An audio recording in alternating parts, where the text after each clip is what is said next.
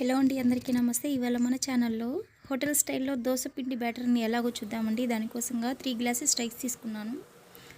అందులో ఒక పావు టీ స్పూన్ మెంతులు అండ్ 3 టేబుల్ స్పూన్ పచ్చిశనగపప్పు అండ్ హాఫ్ గ్లాస్ వచ్చి మినపప్పు అండ్ సపరేట్గా హాఫ్ గ్లాస్ రైస్ కానీ హాఫ్ గ్లాస్ అటుకులు కానీ మన ఫెసిలిటీని బట్టి ఏదో ఒకటి నానపెట్టి పక్కన పెట్టుకోవాలి. Minimum 5 hours.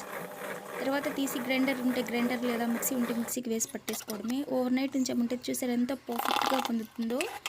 ఇది బాగా మిక్స్ చేసి మనకు కావాల్సినంత బ్యాటర్ తీసుకొని ఇంకొక బౌల్లో కొంచెం ఉప్పు వేసుకొని బాగా మిక్స్ చేసుకొని దోశ వేసుకోవడమే.